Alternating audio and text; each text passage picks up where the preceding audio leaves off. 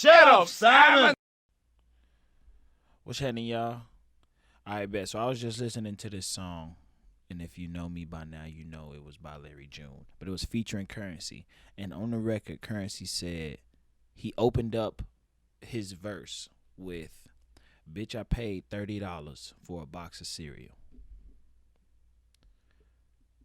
Bruh, that's the type of flex I really appreciate. Anybody could say he got all the hoes. Any nigga could say he dropped a band. Any nigga could say anything about spending large quantities of money on cars, on clothes, on flying a bitch out and shit. It takes a real connoisseur of experience to refer to an expensive box of cereal, and not anything that is unbelievable. No one would believe if you paid $5,000 for a box of cereal, you would sound like an idiot. But $30 for a box of cereal is achievable and is also just ridiculous enough that it's like, damn, that's some rich nigga shit. And then he goes on to tell you what kind of cereal it was, because that was the first question I had, was what kind of damn cereal costs $30? He said, bitch, I paid $30 for a box of cereal. Cookie Creams Rice Krispie. Cookie Cream Rice Krispies. So apparently what else I learned from that song is if you got enough money, you can get literally any cereal you want. I'm up right now looking up cheesecake Frosted Flakes. And just saying, if it's under $50, I'll get them. I'm fucking around, man. What's up, y'all? I'm glad y'all are back with me today. I got a real treat for y'all niggas. And I ain't even talking about the interview that I'm about to introduce. I'm really talking about later on at the end, I'm singing and I do a Anthony Hamilton cover. So really, you need to goddamn stick around for that. What else I got, though? OD homie of mine, one of my best homies. One of the coolest motherfuckers that I know. One of the most talented motherfuckers that I know. He the type, bro. This fool is one of them types he a real easy nigga to hate on. If you was a hater. Because he's just cold at everything. Everything he touches is cold at. He is an amazing producer. He is an amazing photographer, videographer. This man done shot LeBron James, Brent Faiyaz, Joey Badass, Young Thug. He's just cold, bro. Cold on the beats, makes amazing music. Him and my other homie A-Pop, they are the duo called Yes Please. They just dropped an amazing project called Up Dog. Y'all can find that shit wherever. Apple Music, Tidal, Spotify, all that shit. But yeah, man, my boy Matt Migs, bro, he pulled up, came to talk that shit.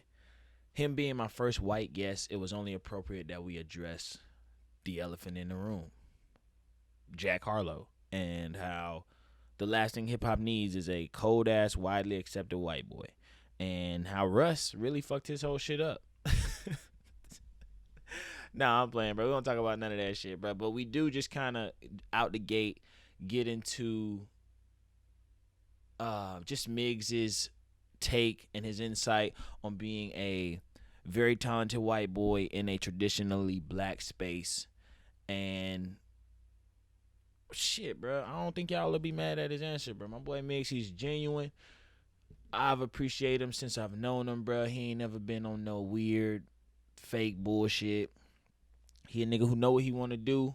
And is someone who exemplifies a love for the process and a love for the craft and a love for just making things.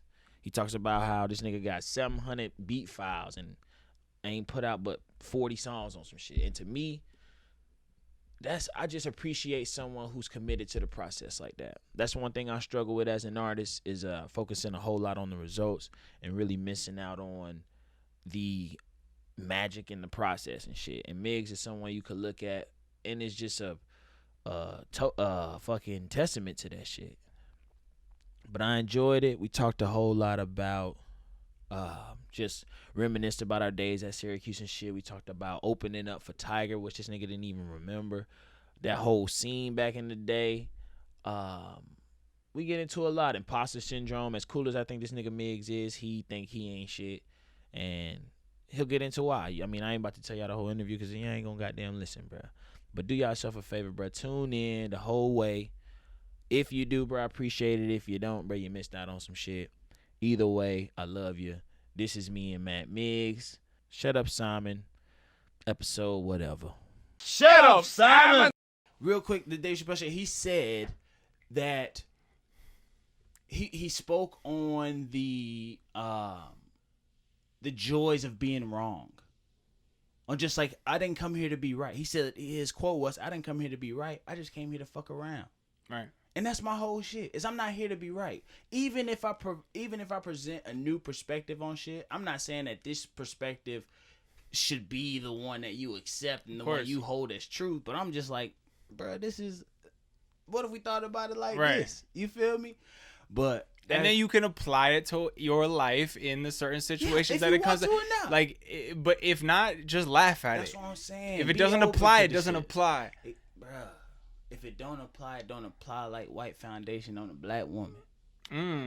You feel me? If it don't apply, it don't. But if you want to put that shit on, by all means, put it on. Who are we to tell you? Who are we to tell you you can't put that on? You can physically do whatever you want. Right. The moment somebody say you can't do that shit, they don't mean you physically can't. They just mean it will make me really uncomfortable if you did that shit. But anywho, bruh. Cause I ain't even really getting no introduction on some shit. Just know, bro, this man Migs is the homie from. Bro, it's been 10 years. I was 17 when I met you. I was 17. Did we beat that first year? Yeah, we met second semester. That whole shit's a blur to me. I apologize. No disrespect. I can't even remember yesterday, honestly. Nah, bro. I remember freshman year crazy, and not the whole year, but I just pockets. Remember, I remember when the whole BHF formed, meeting you, and there was a song. I don't know who had the song, but it was like you were like, pull up because we need a bunch of vocals on the song. Really? Yeah. Wow, look at me go. Yeah, who I think I am? Bro, that's what I'm saying. Who I think I am, bro? Bro, we was freshmen, bro. Yo ass. That is funny, we was bro. All me, GH. I wasn't even on the rap shit, tell you the truth, which is crazy because the fool that I was doing some work with and shit, I ended up being a hype man for him when we went. There on you tour. go. Yeah, nah, that makes sense. Bro, that hype Look man at you shit on is stage, the way, yeah. Bro. That's the shit. That's the best. That's the best shit to be on, bro. It's the most fun. You got the least responsibility. Nobody looking at you. It's just all fun, but people you only show up in pictures. That's it. That's it. And then when you around, people know you because you was on the stage and you know the alias. So you they connection. So you the man still, yeah. That was the life, bro. But even as the hype man in BHF though and shit, they was like, yeah, you got to meet Migs and shit. And so we met, and we found out we both lived in the same dorm because you lived in Saller, right? Hell yeah, yeah, bro. Like, nah, Saller was straight. It was far as fuck. That shit was made in the 1940s. What are we talking about? That shit was dusty, bro. But it was good heads in there. Good heads in there. Good, great heads in there, and not heads like oral sex. No. We talk about people, like the people. physical dome. Yeah. But so maybe 3 years after I graduated, I went back to Sadler. Yeah, bro. For what? So pick up some mail.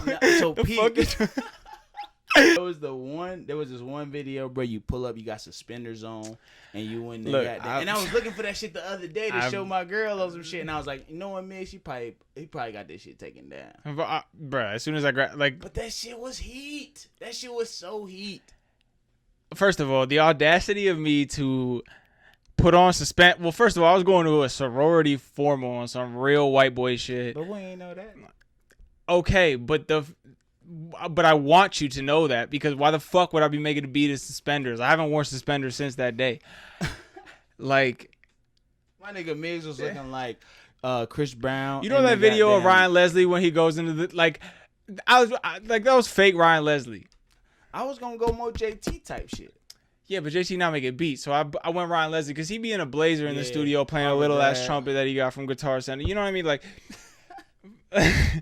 Like, but you was going to the formal, made the beat right before you dip. Correct. Drinking fucking Not Captain Morgan. What was the knockoff? It was Admiral Nelson.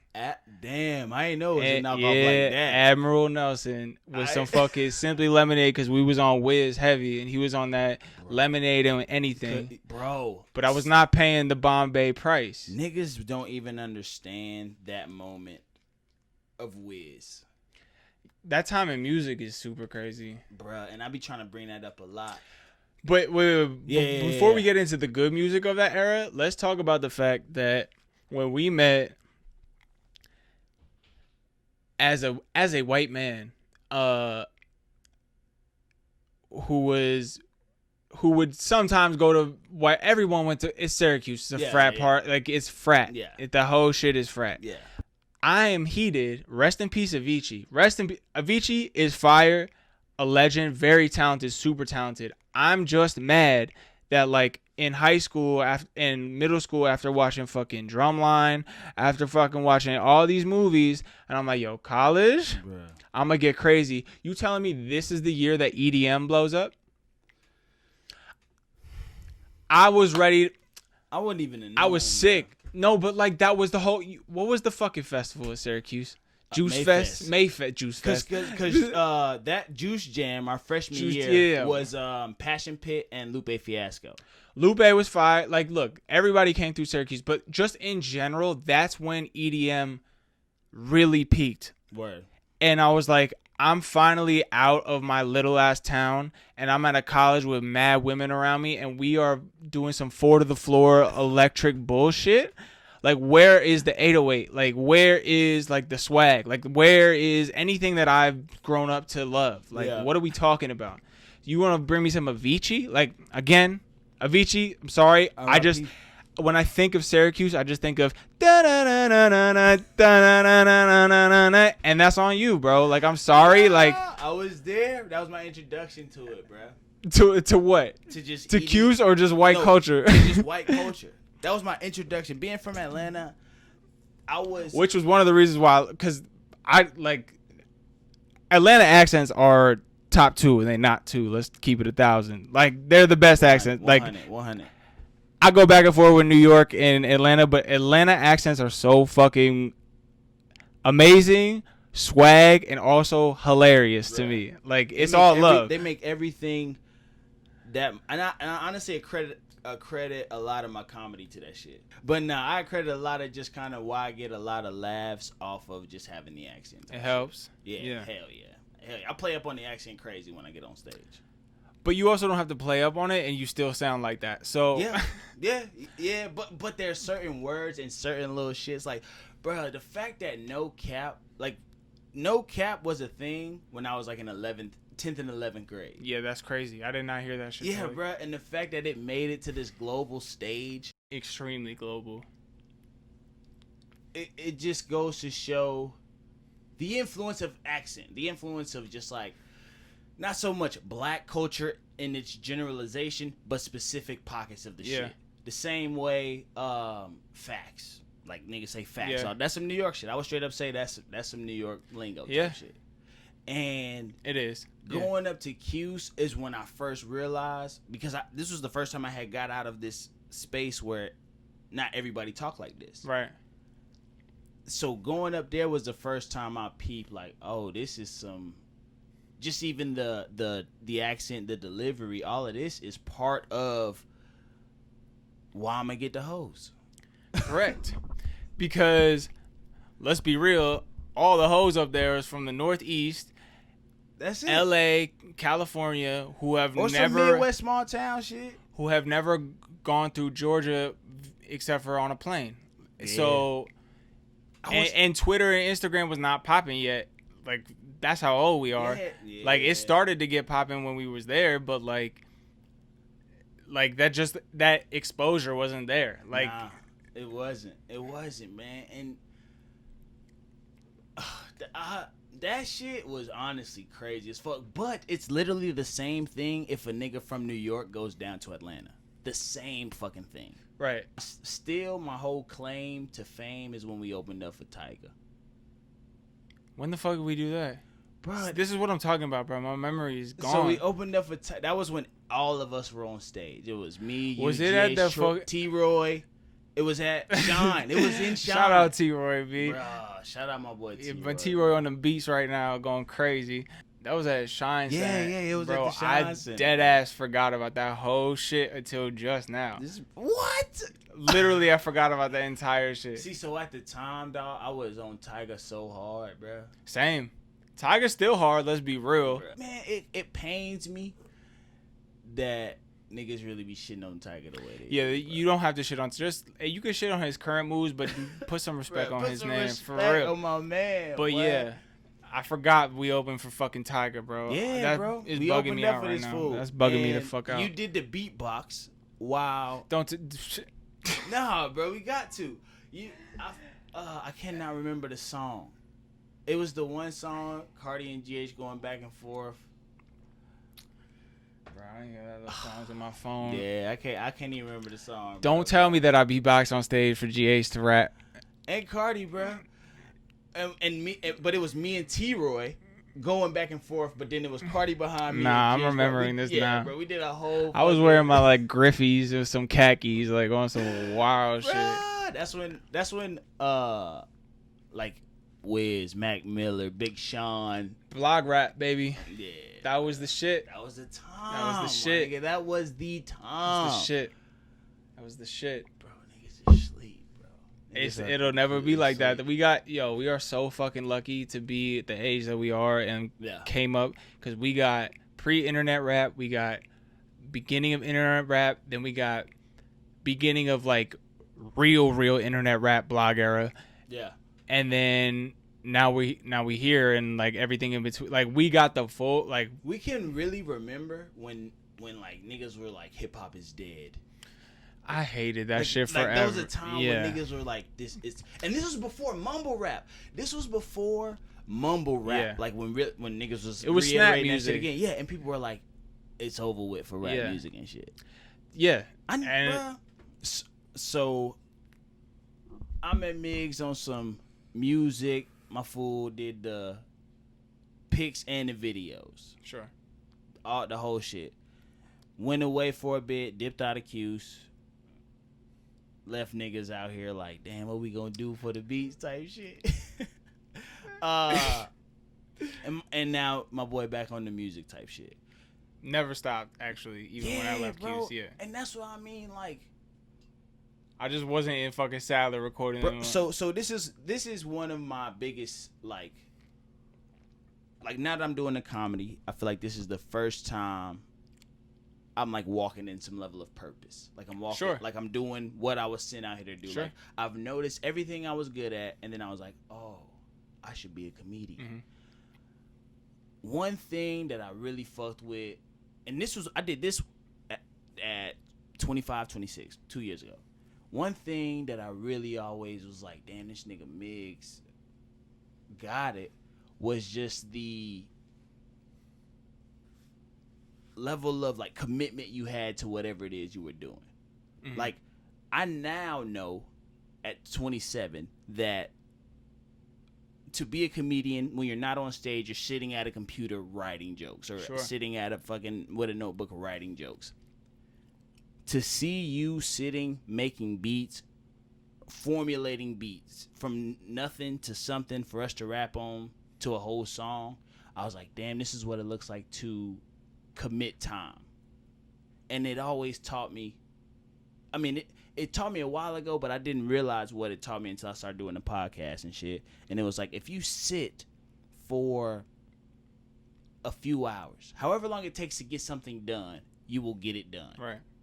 And now that shit, bro, was the hardest shit for me to grasp for a long time, was just the idea of the process. Right. I'm always thinking stage, whole song, tour. Like I'm always thinking result. Right. Versus process. And you were somebody who I've known for a long time who was just completely in love with the actual process. Correct. Yeah. Like you'll just make a beat. I have 700 beat files on my computer and I've probably put out a total of 50 songs. Not even, 40, 30. Yeah, no. I feel like this applies to anybody's passion, but it has to be a passion to, like, when you say like people are working and they're like sitting down writing jokes for 4 hours on a coffee shop or whatever the case may be, like like when I'm making shit, like there's nothing else I want to do. So like I've been lucky to have understood that's the thing that brings me the most happiness. And this is a cliche I've heard 1,000 fucking times, but when it's what you love, it doesn't feel like work. But like that's the difference. Like, do you want to be this person or are you this person? Like, do you want to be this artist or like is that really who you are? And like there's people who have successfully been able to be a successful artist and that's not really who they are. But like there's a difference in people who really take the, like, simply enjoy the craft. Like I love getting comments back on stuff that I put out and like critique, and like I love other people's opinions. Shit, I will send people an iPhone video of the shit I'm literally working on that I made today. I've definitely sent you one of those before. Like I love the immediate feedback. I love hearing people what they think, because like I just be in there by myself and I'm like, I think this is good. Like, let me just see if I'm tweaking right now. Word. That's like some stand-up comedy shit. That immediate, like, right. That immediate, shit. yeah. And like now, luckily, we can, as a producer, like you can kind of get that just from like sending quick videos. Like, but anyway, like it's not work to me, and like there's nothing that's nothing else in my life really matters except for that. And like that's not even to be on some sad shit or like, but like it's been like that. I've been lucky to find what the fuck my passion is, and like it took a while to really like hone in and get the confidence to like do that shit to the level I am currently. But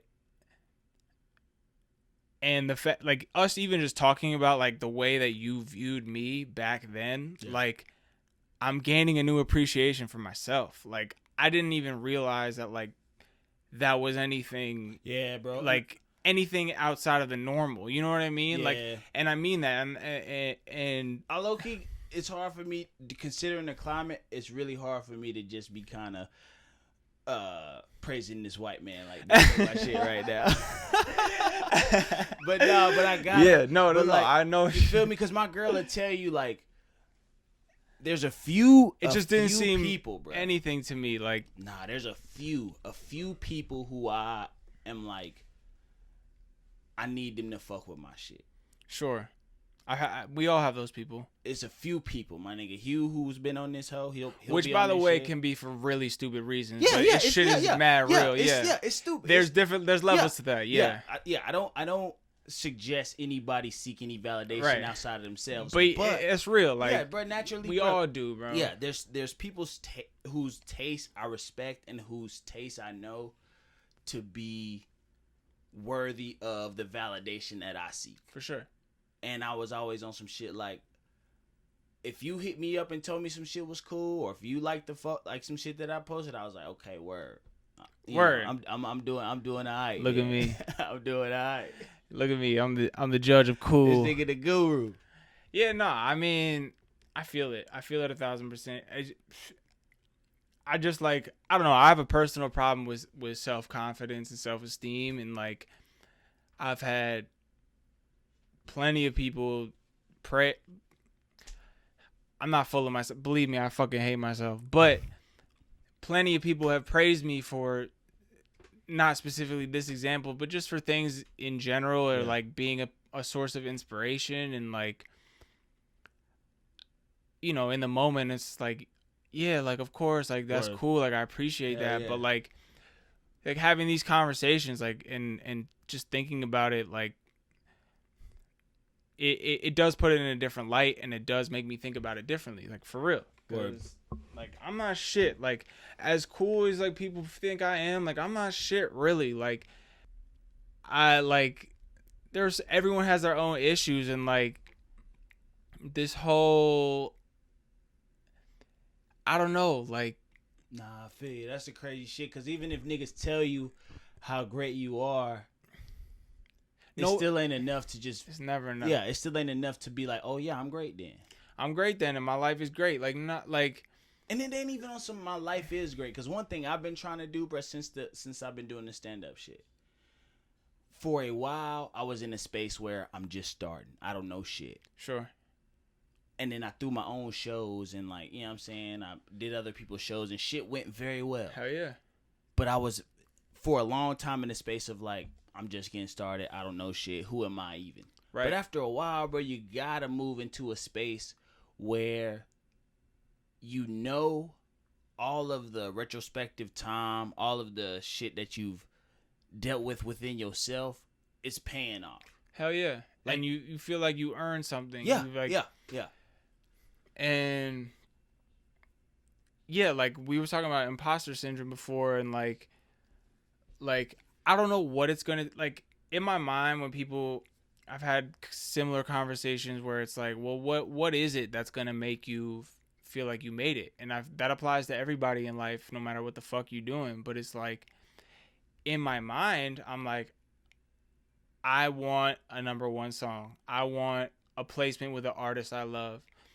But it's like, I don't know what that shit is like if it actually is going to happen. And that shit probably won't fix my problems. It never will. Like, I know it won't because I've seen it so many fucking times and I've listened to too many interviews telling me the exact opposite. But why the fuck do I still want to do it? Bro, I can't help it. We gotta, we are some idiots in the fact super idiots. We got to find out the hard way.